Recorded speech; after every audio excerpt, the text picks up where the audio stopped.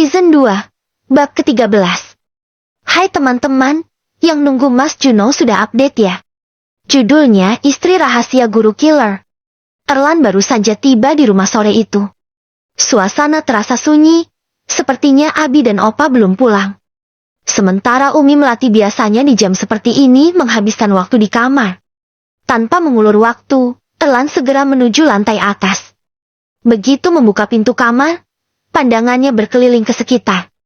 Amira terlihat sedang berdiri di dekat lemari dalam posisi memunggunginya. Tumpukan pakaian di atas tempat tidur membuatnya menebak bahwa Amira sedang merapikan lemari pakaiannya yang berantakan. Tanpa kata, Erlan melangkah masuk. Amira yang tersadar dengan keberadaan sang suami segera membalut wajahnya dengan cadar. Sebab Erlan melarang membuka cadar di hadapannya. "Assalamualaikum, Mas," ucap wanita itu. "Waalaikumsalam," balas Erlan datar.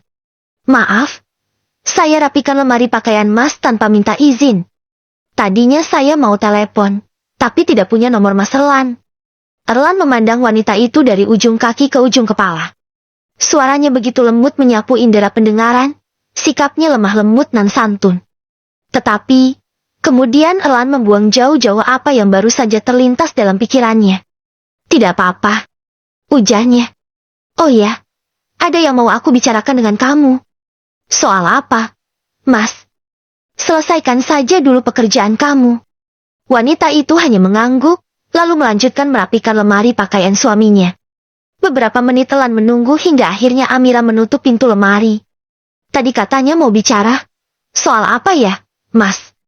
tanya Amira, menatap Erlan yang sekarang duduk di sofa. "Aku mau kita pindah ke rumah peninggalan orang tuaku. Rumah itu sekarang kosong dan anak laki-laki yang sudah menikah lebih baik tinggal sendiri, bukan? Maksudnya, kita akan pindah dari rumah ini." "Iya. Bagaimana? Apa kamu setuju?" tanyanya basa-basi. Padahal setuju atau tidak, ia tak peduli. "Saya akan ikut keputusan Mas Erlan. Mana yang menurut Mas Erlan terbaik untuk kita?" Erlan menatap mata wanita itu. Tidak menyangka bahwa akan semudah itu Amira setuju dengan keinginannya. Padahal, tadinya ia menduga bahwa Amira akan menolak. Karena jika mereka pindah, tidak akan ada lagi Abi, Umi dan Opa yang akan membelanya. "Baguslah kalau begitu. Aku akan bicarakan dengan Umi dan Abi tentang ini. Kapan rencana pindahnya, Mas?" "Kalau bisa besok. Lebih cepat lebih baik, kan?" Tak ada bantahan dari Amira. Ia hanyalah seorang istri yang wajib menurut apapun keputusan suaminya. Setelah berbicara dengan Amira, Erlan memberitahu Abi, Opa dan Umi tentang keputusannya untuk pindah. Hal itu membuat semua orang terkejut. Terutama Opa, yang mana menurutnya belum waktunya Erlan dan Amira tinggal terpisah dari mereka. "Pindah? Tapi kenapa?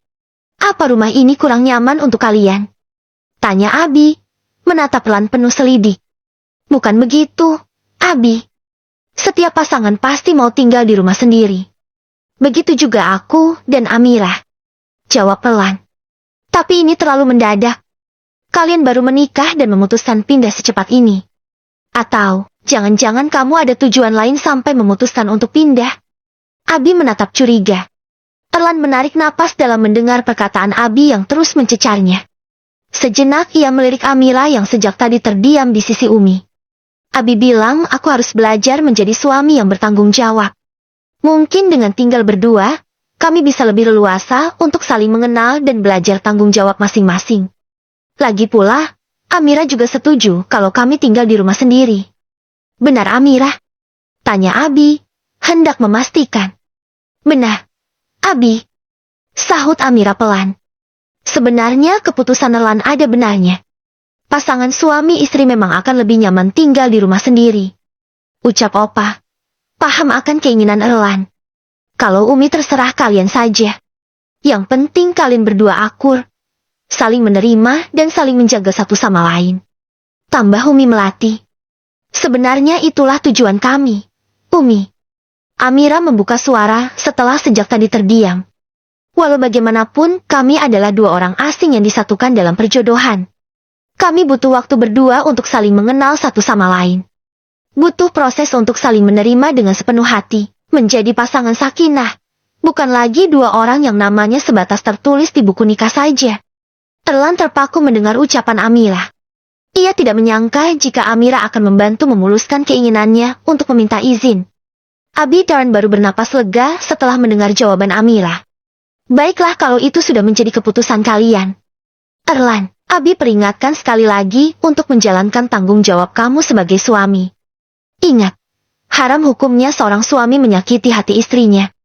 Insya Allah, Abi. Jadi kapan kalian mau pindah? Tanya Opa. Rencana besok, Opa. Sebenarnya ini terlalu mendadak, tapi Opa mendukung keputusan kalian.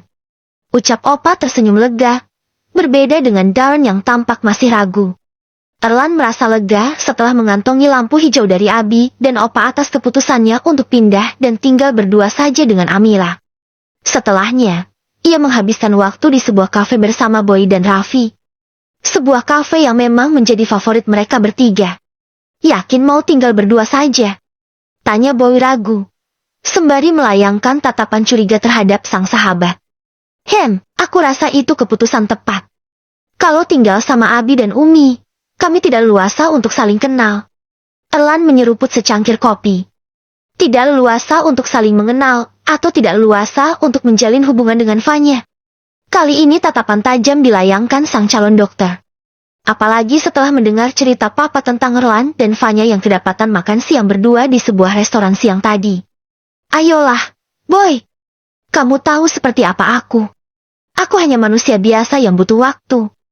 Enggak masalah. Yang penting kamu bisa menjalankan peran sebagai suami yang baik, bukan suami durjana. Tapi, kalau dilihat-lihat, si Erlan lebih banyak tampang durjananya. Raffi menatap tajam Erlan setelah mengucapkan kalimat bernada sindiran itu. Raffi paling benci dengan suami tak bertanggung jawab seperti Erlan. Ia akan teringat dengan ibunya yang hidup dengan penuh derita sebelum akhirnya bertemu dengan ayah sambungnya, Joe. Sementara Erlan hanya berdecak mendengar ucapan dua sahabatnya yang terus menekan. Kalian ini kenapa sebenarnya? Kamu yang kenapa? Aku dengar dari papa tentang apa yang terjadi siang tadi. Nada Boy mendadak berubah serius. Aku makan siang dengan Fanya untuk urusan pekerjaan. Kami ada pertemuan dengan klien di restoran itu. Sambil membicarakan rencana kamu untuk menceraikan Amira. Cecar Boy semakin dalam. Erlan tergugu. Pikirannya seketika dipenuhi pertanyaan apakah Alfian mendengar semua pembicaraannya dengan Fanya. Erlan, aku tahu urusan rumah tanggamu adalah privasi dan siapapun tidak boleh untuk ikut campur. Tapi, sebagai teman aku hanya mau mengingatkan. Boy menepuk bahu Erlan. Menjeda ucapannya dengan tarikan napas. Kamu akan sangat berdosa untuk setiap air mata yang dijatuhkan istrimu. Kamu akan berdosa setiap kali menyakiti hatinya. Pada saat kamu mengucapkan ijab kabul atas namanya, mulai saat itu juga tanggung jawab atas dirinya sudah berpindah dari ayahnya kepada kamu. Melindungi, membimbing dan menyayangi adalah isi perjanjianmu dengan Allah yang disaksikan oleh para malaikat dan manusia. Dan kamu akan dimintai pertanggungjawaban untuk itu. Erlan tergugu. Kalimat panjang Boy membuat sekujur tubuhnya meremang. Terasa menohok ke hati. Aku mengerti. Jangan hanya dimengerti, tapi dijalankan. Diusahakan. Untung Amira bukan adik perempuan kami. Kalau iya, sudah habis kamu. Celetuk Raffi. Erlan mendesah panjang sembari menatap Boy dan Raffi. Dua sahabatnya itu adalah pemegang sabuk hitam. Memikirkan kerasnya kepalan tinju mereka saja mampu membuat Erlan merinding. Lelaki itu menyandarkan punggung. Baru beberapa menit berlalu dalam kenyamanan, ponsel tiba-tiba bergetar. Pada layar tertera pemberitahuan pesan baru atas nama Fanya. Aku ada di kafe ekstra. Mau pulang tapi takut naik taksi online. Sopir di rumah lagi antara papi. Isi pesan Fanya. Tunggu. Aku jemput. Balas Erlan. Kemudian membenarkan posisi duduknya.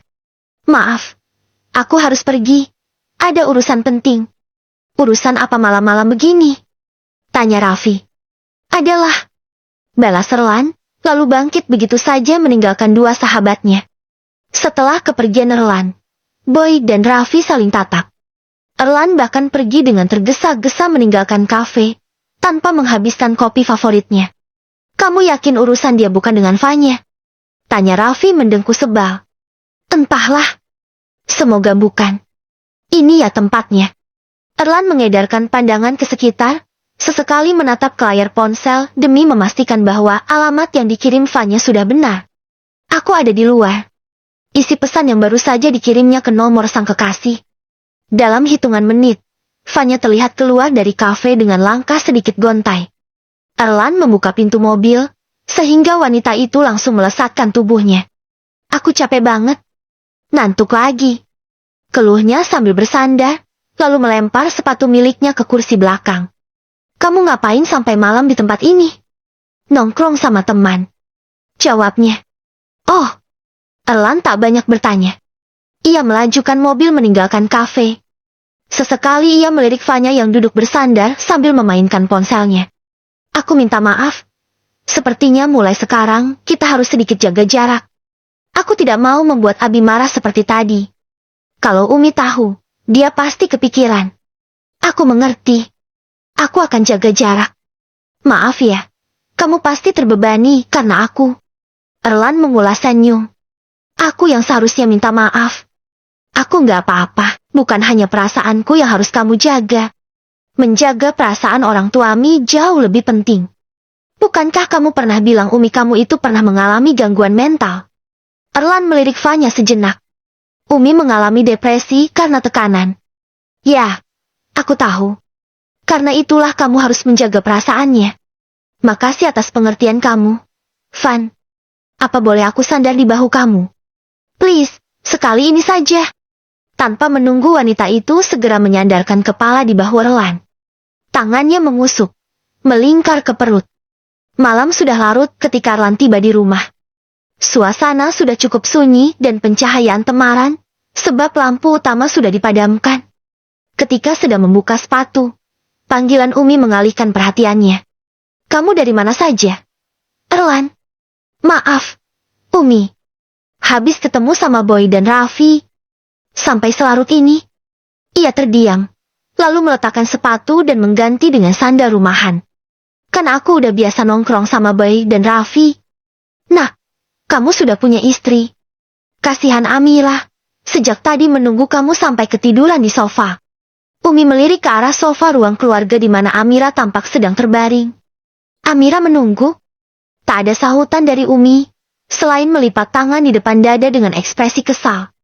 Dia bahkan belum makan karena menunggu kamu. Maaf, Umi. Minta maafnya bukan ke Umi, tapi ke istri kamu. Tanpa banyak kata, Erlan mendekati sofa tempat Amira berbaring. Tangannya mengulur mengguncang lengan dengan sangat pelan. Amira, Amira. Bisiknya memanggil. Namun, wanita itu diam dengan mata terpejam. Sejenak Erlan melirik ke belakang di mana Umi masih berdiri layaknya penjaga keamanan yang sedang patroli. Sepertinya, Umi benar-benar menyayangi menantunya ini. Karena tak kunjung terbangun, Erlan memilih menggendong Amira. Ia menyusupkan tangannya di bawah lutut dan punggung.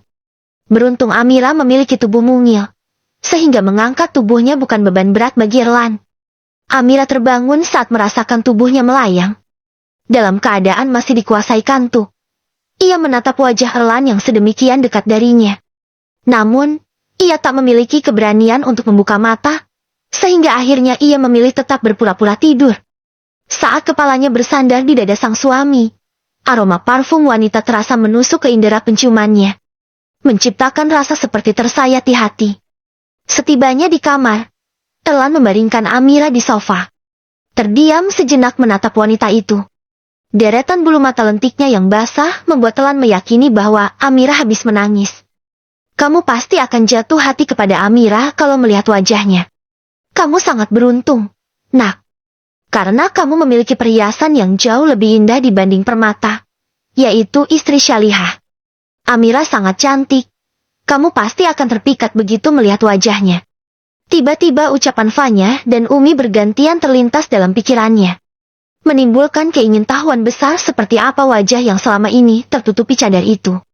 Entah sadar atau tidak, tangan Erlan mengulur, hendak menarik kain yang menutup wajah istrinya.